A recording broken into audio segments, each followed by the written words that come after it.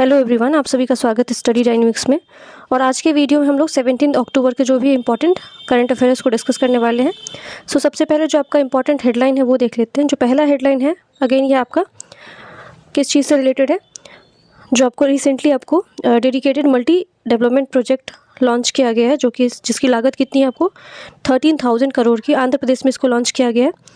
AI and connectivity hub जो है यहाँ पे बनाने की बात की गई है। इंडियाज़ डिजिटल फ्यूचर जो है वो और ज़्यादा स्ट्रेंथन और सिक्योर हो जाए।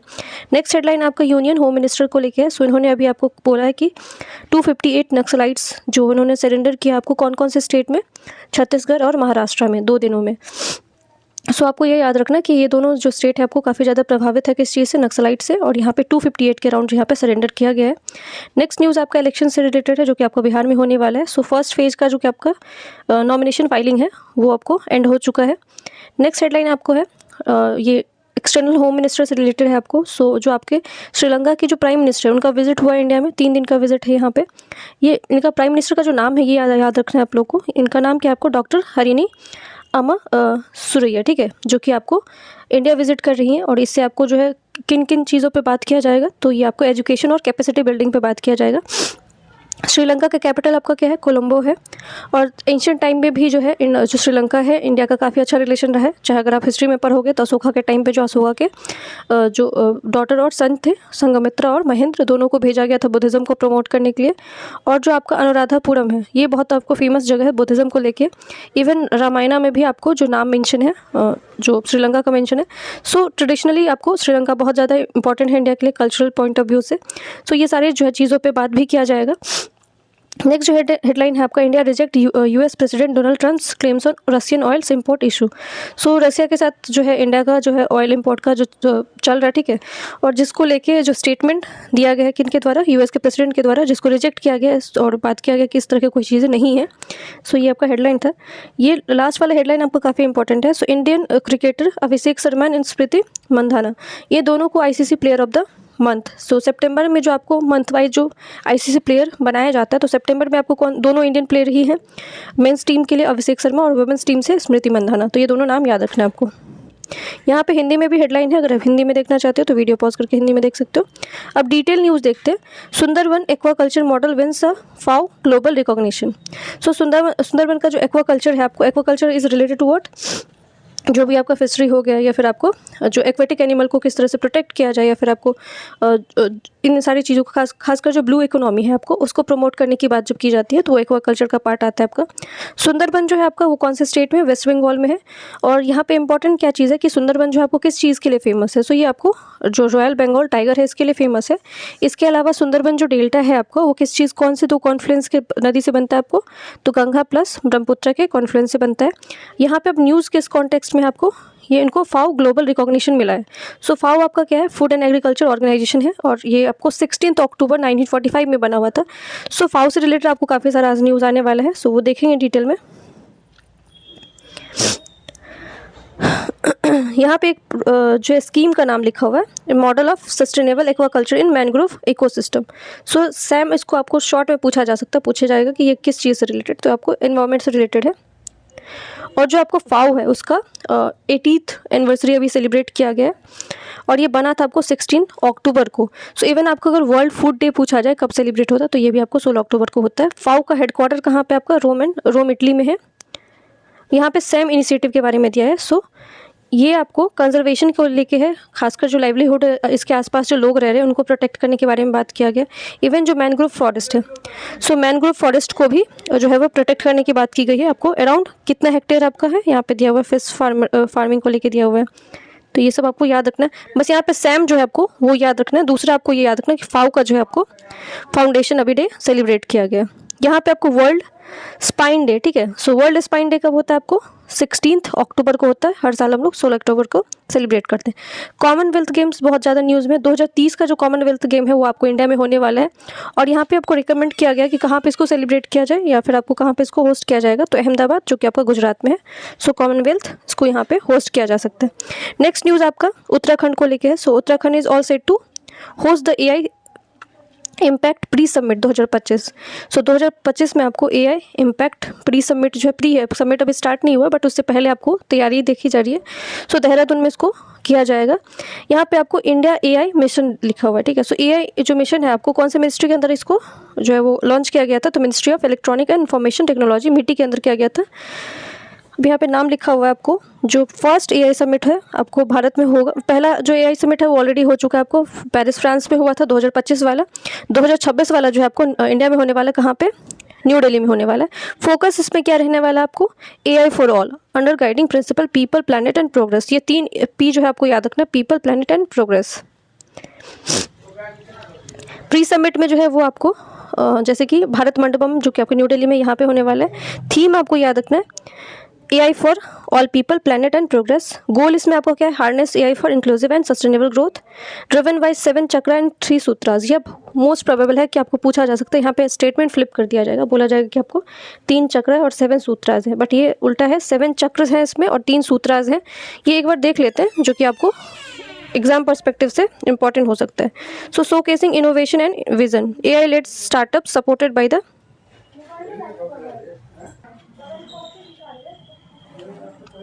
Showcasing innovation and vision, AI led startup supported by, यहाँ पे जो सपोर्ट किसकी तरफ से मिल रहा है आपको, IIM काशीपुर है आपको एंड STPI देहरादून। लॉन्च आपको IT road map and AI governance vision के अंदर किया जाएगा। यहाँ पे अब AI मिशन जो इंडियाज़ AI मिशन, ये लॉन्च कब हुआ था, तो 7 मार्च 2024 में इसको लॉन्च किया गया था। मिनिस्ट्री आपको याद रखना है, मिट्टी है आपका। यहाँ पे जो 3 सूत्राज है, ये तीनों सूत्राज देख लेते हैं, पीपल प्लैनेट एंड प्रोग्रेस, जो लोग हैं, ठीक है, उसके अलावा आपका जो प्लैनेट है और जो आपका प्रोग्रेस है, गति जो है, इन तीनों चीज़ों पे ध्यान दिया जाएगा। जिसमें पीपल जो है इसमें diverse dignity trust and accessibility पे ध्यान दिया जाएगा। प्लैनेट में आपको सस्टेनेबिलिटी एंड क्लाइमेट रेजिलियंस के ऊपर ध्यान दिया जाएगा।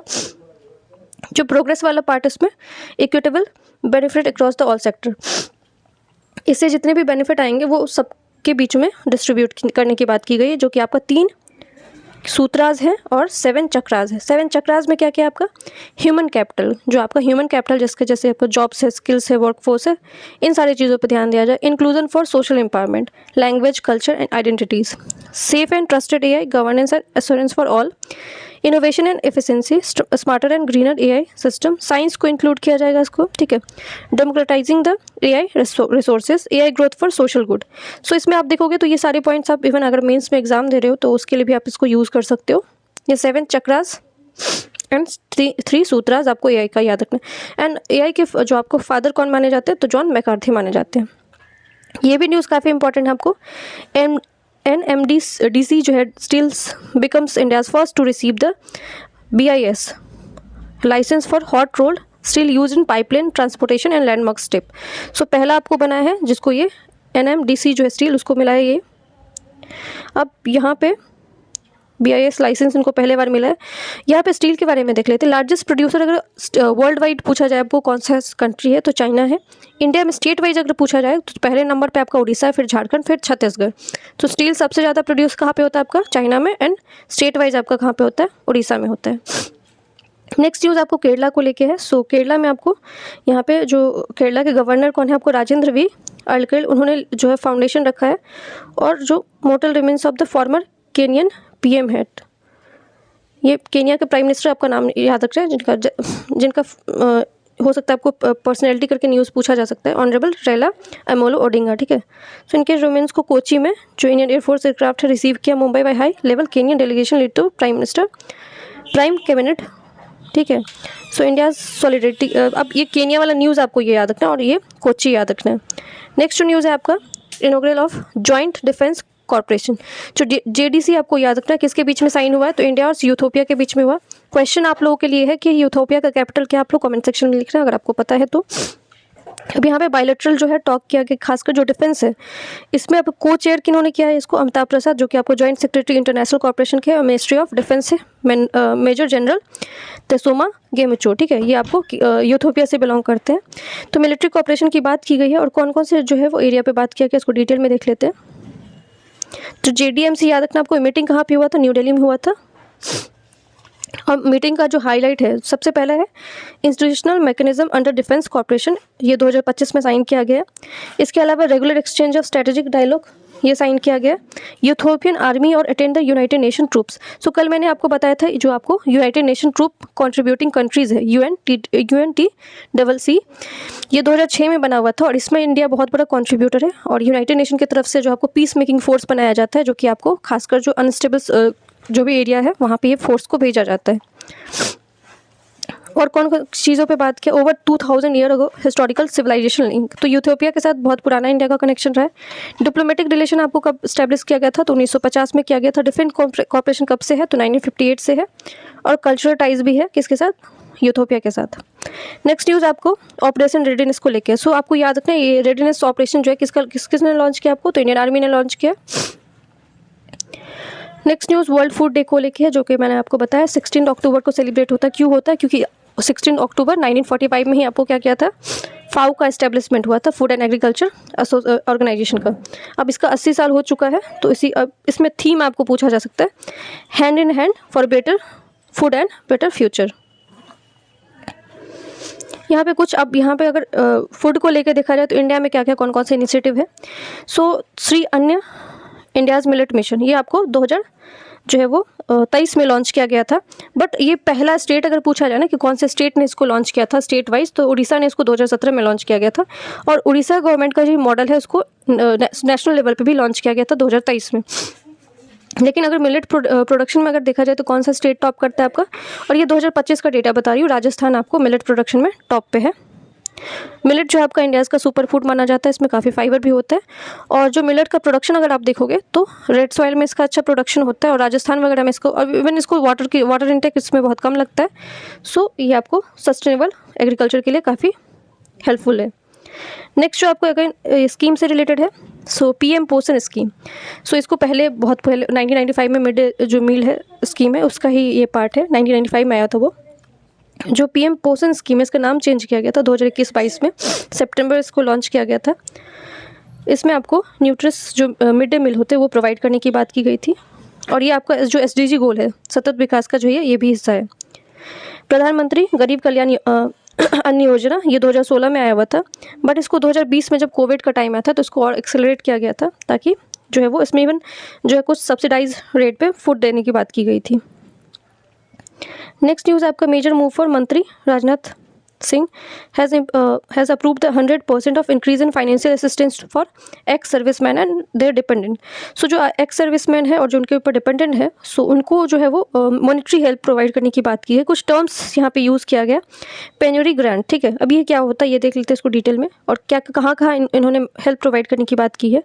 सो 100% हाइक किया है इन्होंने फाइनेंशियल असिस्टेंस किसके लिए, एक्स सर्विसमैन के लिए। मैरिज ग्रांट, जिनकी दो बेटियाँ हैं, ठीक है, और विडो रिमैरिज अगर करना है तो उसमें वो हेल्प प्रोवाइड करेंगे। For marriage solemnise after insurance of order 100% जो है आपको एजुकेशन ग्रांट भी देने की बात की है उन्होंने। For window having 2 dependent children's, class जो है 1 से लेकर ग्रेजुएशन तक अप टू PG कोर्स तक ये मॉनेटरी सपोर्ट प्रोवाइड किया जाएगा। यहाँ पे पेनरी ग्रांट है, जिसके बाद मतलब देख लेते हैं। सो इसका मतलब ये होता है कि life long assistance to old and non pensioner x serviceman and there widows over 65 years of as with know regular income, जिनका कोई रेगुलर इनकम नहीं है और जो 65 साल से ऊपर है या फिर जो विडो है, उनको मॉनेटरी हेल्प प्रोवाइड किया जाएगा। ये डिफेंस वाला जो आपको प्रोग्राम आया है, ठीक है। अब इससे आपको काफ़ी जो है वो इनको हेल्प मिलेगा। सो ये एक अच्छा इनिशिएटिव है। सो ये आपका इनिशिएटिव था और स्कीम था जो कि मैंने आपको बताया, जिसमें आपको वर्ल्ड फूड डे के बारे में या वर्ल्ड स्पाइन डे या बाकी जो भी स्कीम और जो भी अच्छे न्यूज़ थे जो कि आपके एग्जाम पर्सपेक्टिव से इंपॉर्टेंट है। सो कुछ क्वेश्चन भी मैंने बीच में पूछे, क्वेश्चन पे ध्यान देना। अगर आपको आंसर पता है तो आंसर कमेंट सेक्शन में लिखना। वीडियो पसंद आए तो वीडियो को लाइक कर सकते हैं, चैनल को सब्सक्राइब। Thank you.